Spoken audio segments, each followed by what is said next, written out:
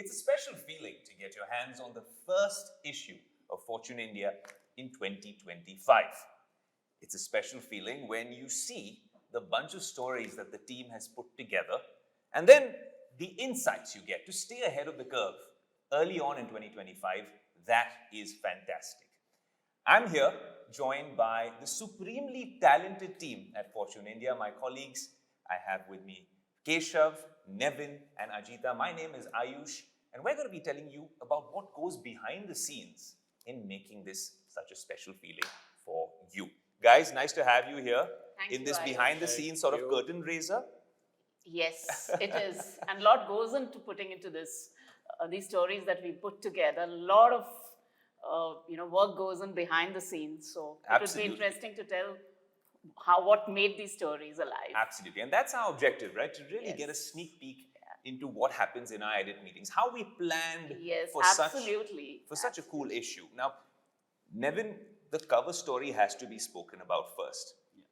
This is the most tectonic piece of news from 2024. Exactly. And it continues in 2025, now with Noel Tata at the Tata Group, at Tata Trusts. As the new chairman, how does the dynamic change? What is the significance of having him as the new chairman of Tata Trusts? This is a story you worked on very closely. Yeah. So essentially, Tata is one of the most diversified conglomerates in the world. So it has about some 100 companies.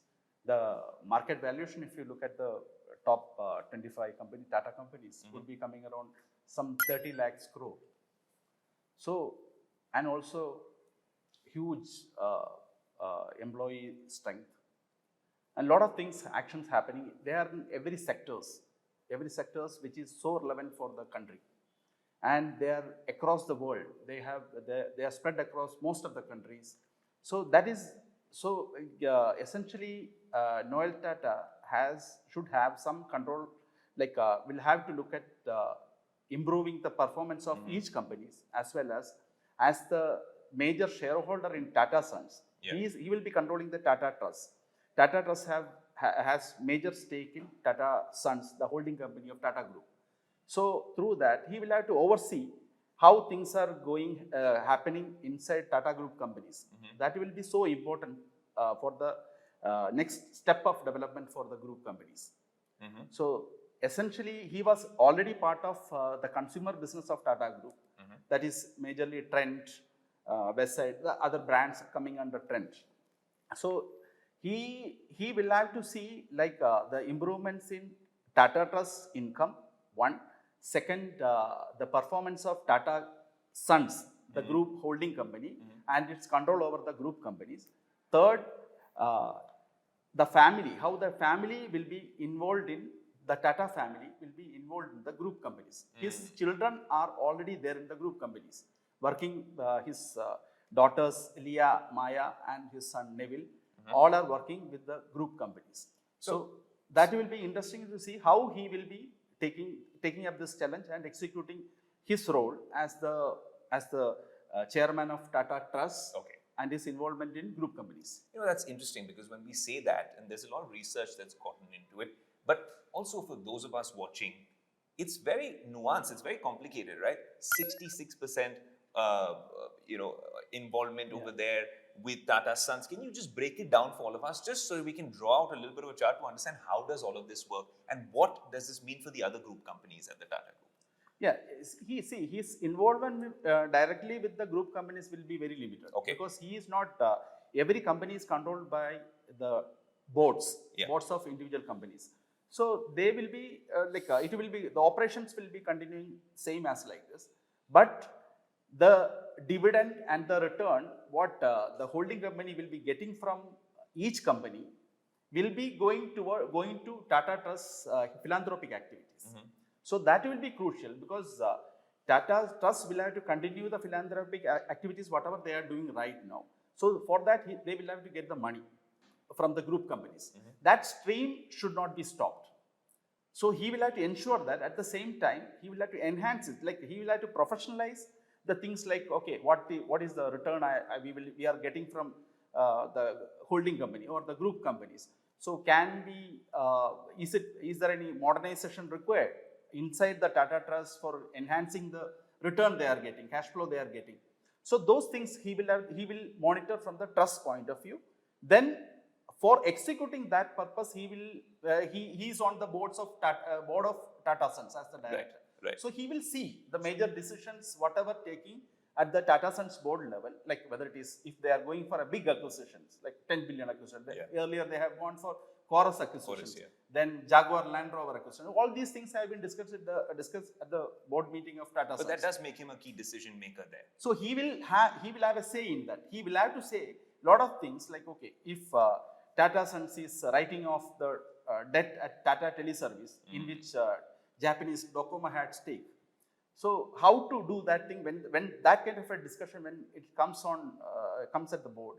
So he will have a say like, okay, whether we should take a burden of 60,000 crore at the group level or not. So he will have to take a stand on that.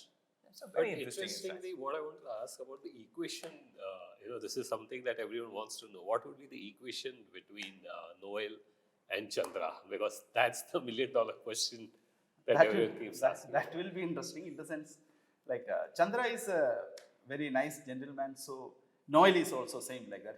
He is conservative from the businessman. As a businessman, he is very conservative, and also he is.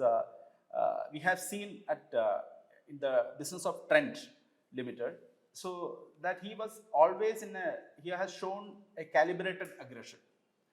Then he was looking for meaningful expansion of stores, as well as he is not a person like, okay, how Reliance Retail has done the kind of disruption with 10,000s of stores. So that that is not his style of functioning.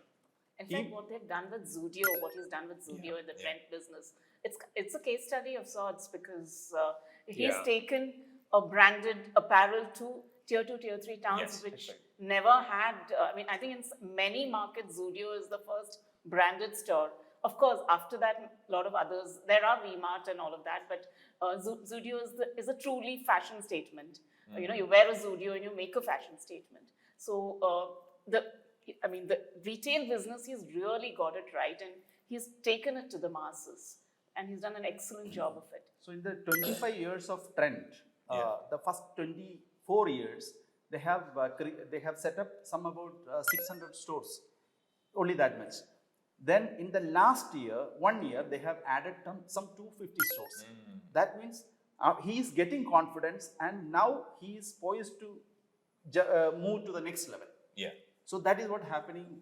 Getting the branded shirt or a dress at 500 rupees. It's a big thing for the masses, right? So that has really kind of caught people's imagination. That's a fair point, Ajita, on from the consumer standpoint and retail. But some of the businesses where Ratan Tata really played a key role, right? The JLR, the Tata Motors piece that you spoke about, also the way TCS has been operating over the years as a big cash cow for the biggest cash cow for the entire corporation. So, from your research and all the bit of inside scoop that you're going to share with us on this behind the scenes, will that dynamic change? Will things change over there?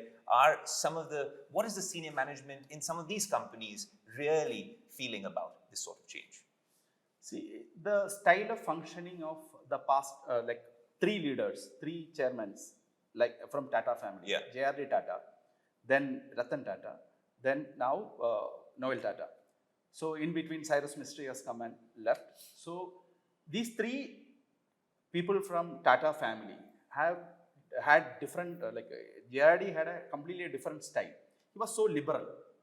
He allowed all the executives or the CEOs of particular companies to decide their own expansions, growth, investment, everything. That he had given all the freedom to the executives. So that is the reason why there was an issue when Ratan Tata joined Tata Group as the chairman in 1991. All the satraps in the group companies like the Rusi Modi, Darbari Seth, Ajit Kelkar. So all those people were feeling like Ratan Tata was not enough for leading all the group companies. So they wanted to separate, they wanted to run it as separate independent companies. So that has become a big issue. Eventually, Ratan Tata got control of the entire group companies. So he created his own team. So the liberal JRD Tata's time has moved to kind of little bit of controlled system driven by Ratan Tata. Then at the same time, Ratan Tata had the same vision of JRD Tata of like nation first companies, or the companies which can contribute to the development of the nation rather than profit focused companies. So then Tata has run it like that. Tata wanted Indian companies to be big flag bearers abroad in the different developed countries. So that also, for that purpose, he has acquired companies like Chorus, Tetley Tea, then Jaguar Land Rover. So quite a lot of things happened that point of time. Then what happened was after the global recession, most of the business struggled, especially the businesses in commodity sector struggled, and Tata, every company were in like they were having quite a lot of debt, making huge losses and all. Now, Tata, by the time Tata was in the retirement phase, so he selected Cyrus Ministry, and Cyrus was also trying something of that sort, like expansion. Then he calibrated some of the businesses. He wanted to modernize the companies, make the car making profitable. So everything he was also trying, but some equations failed between Ratan Tata and Cyrus Ministry. Then Noel has entered. Noel's style is, again, it is the same conservative, he is a liberal person, but at the same time, we are not sure whether he will wield the power in the same manner that Ratan Tata was executing. So we'll have to see how he will be playing his role and like doing. What about the mystery angle? Because he's supposed to be close to the mystery family, Noel Tata. Yeah. That's another question that everyone seems to be asking. Yeah, everybody is watching that, how will Noel Tata favor the mystery family, Shapurji Palonji family. So essentially, Noel Tata married, his wife is daughter of Palonji mystery, Alu mystery. So essentially, Ratan Tata had a very good relation, initially like on and off good relation with mystery family. But eventually, after the break, after the exit of Cyrus Mystery, so that has completely the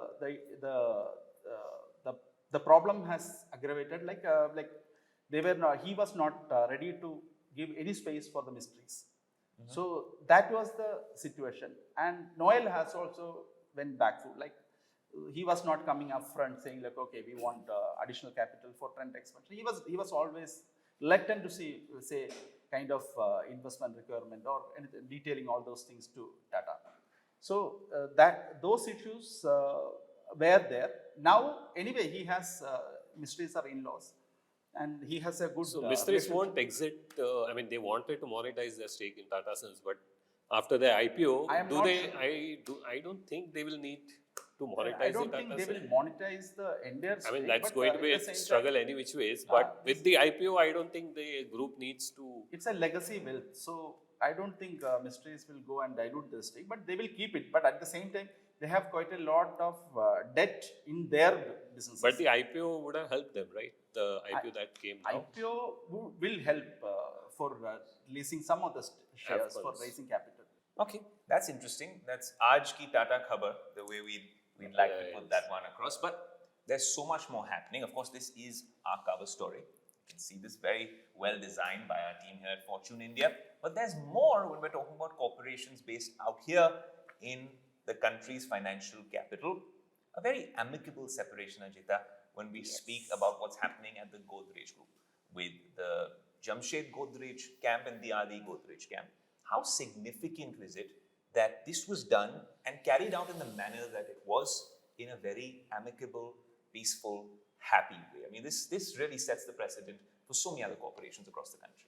Yes, exactly. And yeah, the essence of this is it has been a very amicable, we hear about bloody splits and things like that and a lot of, bad breath and things like that. But this is really amicable, and the Godrej family has a past. Historically, they've been known to be very close-knit. And even when this whole split process, as they call it, the family likes to call it as a realignment, was happening, they would meet every Thursday for lunch. And it was kind of sacred. It was every Thursday the family would meet for lunch at the Godrej Industries facility, and the entire family, the Jamshed faction and the Adi Godrej faction would meet. When we met Mr. Jamshed Godrej recently to do the story, that was one of the questions we asked him: does that customary lunch happen every Thursday? So he said, no. Last couple of years it hasn't happened because we were meeting for a purpose, and now we have amicably separated. So the reason to meet every Thursday is no longer there. And then Nirika immediately jumped in and said that the bonding still continues. It is very strong, and it's not just bonding; it's also more about upholding the brand Godrej. So the 127-year-old legacy brand, which all of us have grown up with. So it is being shared by both the factions. And so they said we have to protect the legacy, and we cannot, be at cross purpose. When it comes to protecting the brand, we have to be together. So at that level, they're still together, but now they're amicably separated, and each one is running their own business. As an aside, I don't know about what that Thursday lunch entails, but I'd imagine it would be a great Parsi meal that I would love to try out as well. But it's interesting that you talk about the split. So now we're coming back to Nevin to really scrutinize and analyze and tell us, how does this split pan out over here now? With the brands, the house of brands on one side and the house of brands on the other. Amicable, like Ajita said, but how does it pan out for the end consumer? I think the split in Godrej family is essentially for separately growing their businesses. So Adi Godrej faction, they are very aggressive. Like Adi Godrej's 3 children are leading the businesses. They are very aggressive in each business, and they want to grow in multiples. Like 10 years back, they had a plan like grow 10 times in 10 years. So those plans, these were all proposed by Adi Godrej's children. So at the other side, Jamshed was running the business, and his son Navroz was joined the business, and briefly he was there and left. Nobody knows what was the reason why Navroz left the business. Then what happened was Jamshed's sister Smita Krishna's daughter has joined the business, Nirika Holkar. Nirika joined the business. She joined as executive director, and along with the other executives, she planned some started how to thinking about how to increase the wealth, how to expand the businesses, how to enter and diversify into new areas. So she started studying those points. But at the same time, from the aggression point of view, Adi's faction was far ahead of the other Godrej and Boys side. Okay. So now the thing is G&B, Godrej and Boys also, Jamshed's companies also want to catch up with the other side. So they have quite a lot of wealth, including the land parcel in Bikroli that is huge. Actually, that is owned by Godrej and Boys, controlled by Jamshed Godrej. So in that, the property developer is still Jamshed side, but the property marketing and everything will be done by Adi Godrej side. So that is why they jointly holding the Godrej brand. Both groups will be having the same brand, but at the same time they will be having completely different visions from the business point of view. Very, very interesting. And if you wanted to just understand what Nevin was just saying, hats off to our design team, because this family tree reminds me of my days back in law school where we used to figure out. It's really well explained. So this, you have to go to the stands and get a copy of the issue or get a digital subscription of Fortune India. But I think this is very well explained, Nevin, the way you were saying it. And it comes down to the Godrej family tree. Growing together, I think this is a story we cannot miss. Ajita, is there any other inside scoop you can share with us whilst you were researching for the story and you were obviously conducting the interviews? Yes, so, the two factions are very different. Okay. So if you look at the Godrej Industries faction, they have consumer-facing businesses. You have Godrej Consumer, you have Godrej Properties. So they're listed entities. So they're very much on the face. People know them, people follow them. So you look at the analyst community, you look at the brand specialist, all of them fairly know about, and Adi Godrej, of course, is an icon in himself. And when it comes to the other faction, which is Godrej and Boys, or Godrej, as it's now called, Godrej Enterprises, they've been always shy. They have preferred staying away from the limelight. And one of the reasons for that is it was always an engineering-led business. Okay. It was never really consumer-facing. And in fact, Nevin, in the narrative, has brought it in somewhere as to the kind of diverse engineering businesses they have. They have interests in defense, they have interests in aerospace, and I mean, not many of us would be knowing, at least I didn't know till I was researching, that a lot of the components for the Chandrayaan mission of 3 mission of ISRO were made on the Vikhroli campus of Godrej and Boys. No idea. Okay. So that was quite interesting. But now, under Nyrika, now Nyrika is kind of inheriting, seems to be the inheritor of the Godrej and Boys business. She is wanting to convert it into a consumer-facing business. So so they have the appliances business wherein they're like trying to come up with, smart appliances. They're trying to get into foraying into the connected homes market. They're coming up with green batteries. So her mission is to move away from that conservative engineering-led business to a more consumer-facing, more vibrant, energized kind of a business. You mentioned Chandrayaan and some of the components being sourced from here and being manufactured here in Vikhroli. I know a lot of money was saved. It was a very efficient mission. Yeah. It was a budget which was lesser than a Hollywood movie's budget, and that means it's about saving and investing, right? That's how the price-conscious consumer wants to understand a few things. And there's a special package in this issue, Keshav, which is all about the best investments of 2025. So you've been speaking to asset managers, you've been speaking to investors. Now, how does it work over there? What is that general consensus amongst everyone in terms of the best investment for 2025? I think the most revelatory investment that you would have made in 2024 would have been gold. I mean, it's 30% return, and Nevin also knows he has been actively tracking. I mean, you're more an equity fan than a gold fan, but it's gold that has delivered. Tell me, Nevin's been buying the gold. No, and that's it. So it has been a year where all the asset classes have done well. Yeah. But gold stood out, equity stood out, fixed income stood out. Just talk about alternates, all delivered great returns. But this year, given the outlook that we are in, I mean, GDP growth has come down to a 7-quarter low, and earnings is still in question. So now the asset managers are saying, don't look back. Like, past performance is no guarantee for future returns.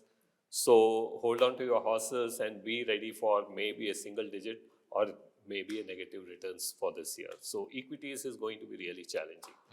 So this term, it's all about consolidation this year. Fun question, out of syllabus, unscripted, but there is that crypto wave that everyone's talking about globally, right? And I know that if you're speaking to the traditional investor community, they're going to tell you a different story. But the young Gen Z and millennials who've been toying with crypto, seeing the developments in the US with Donald Trump and Elon Musk and all the announcements coming from there, is that something where people are sort of changing their perspective towards crypto now?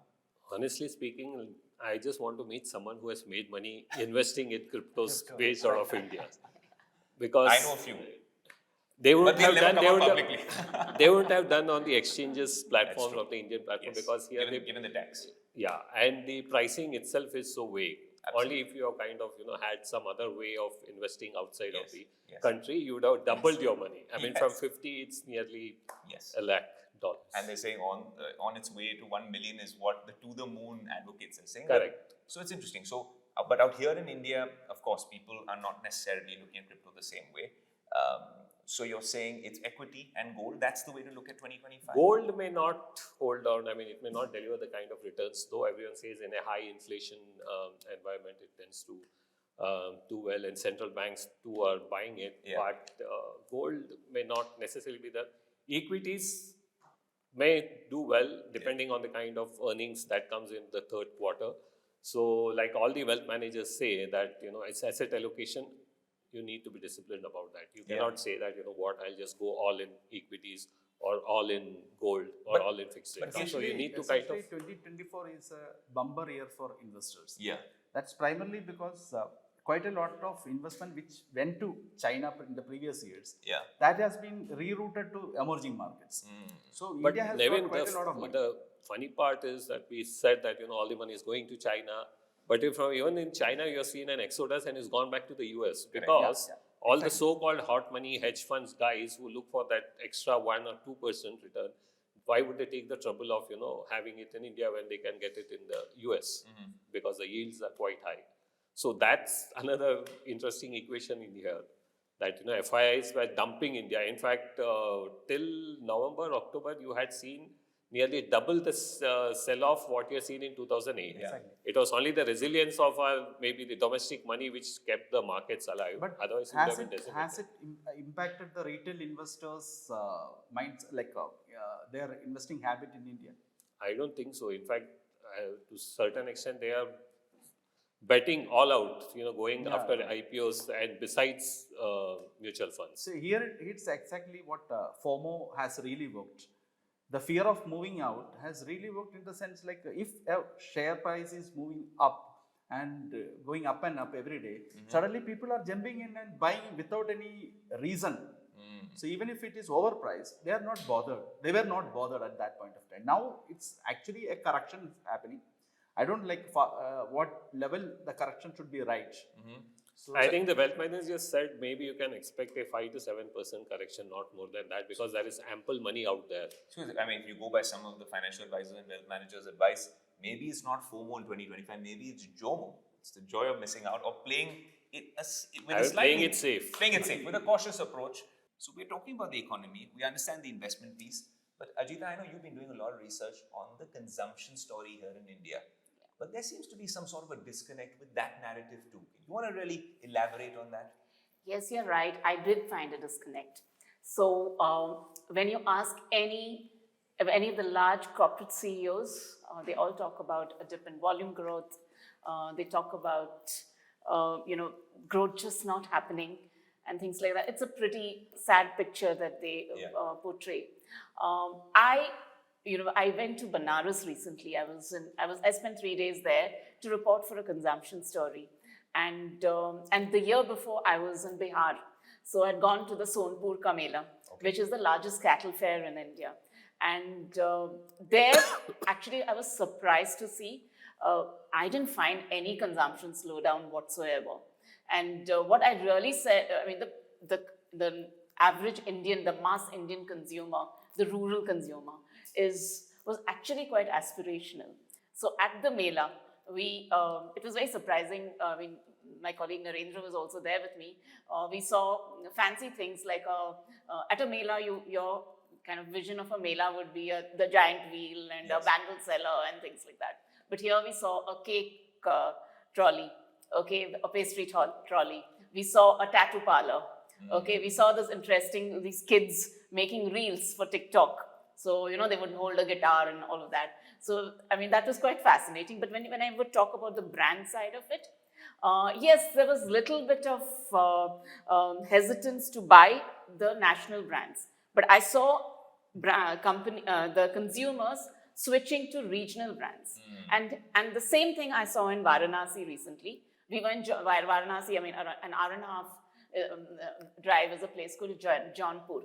And there also I saw a similar trend wherein consumers were switching to regional brands. And regional brands were growing at the expense of national brands very clearly.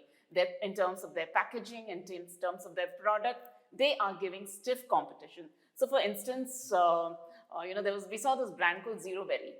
It's a muesli oats brand. Just imagine, I never thought a muesli oats health food brand selling in Jaunpur, and it was kind of flying off the shelves. It was a few rupees, and maybe 4 or 5 rupees cheaper than Kellogg's, and the packaging was as good or if not better than Kellogg's. And then we also happened to meet an entrepreneur who makes vaporizers, mosquito vaporizers, repellent vaporizers, and his story was also it's just a 2-year-old brand, and he's priced his brand pretty competitively. So if a good night vaporizer comes at $100, this is at 69, and he kind of promises the consumer that I don't use any chemicals. Mine is just neem. It's completely natural. So there were more, I mean, consumers are like, what I'm trying to say is consumers are wanting to premiumize. They may not premiumize at the very high end, they are premiumizing in terms of when it comes to regional brands. 100%. And I have to add to that because, we were shooting recently in Bhopal.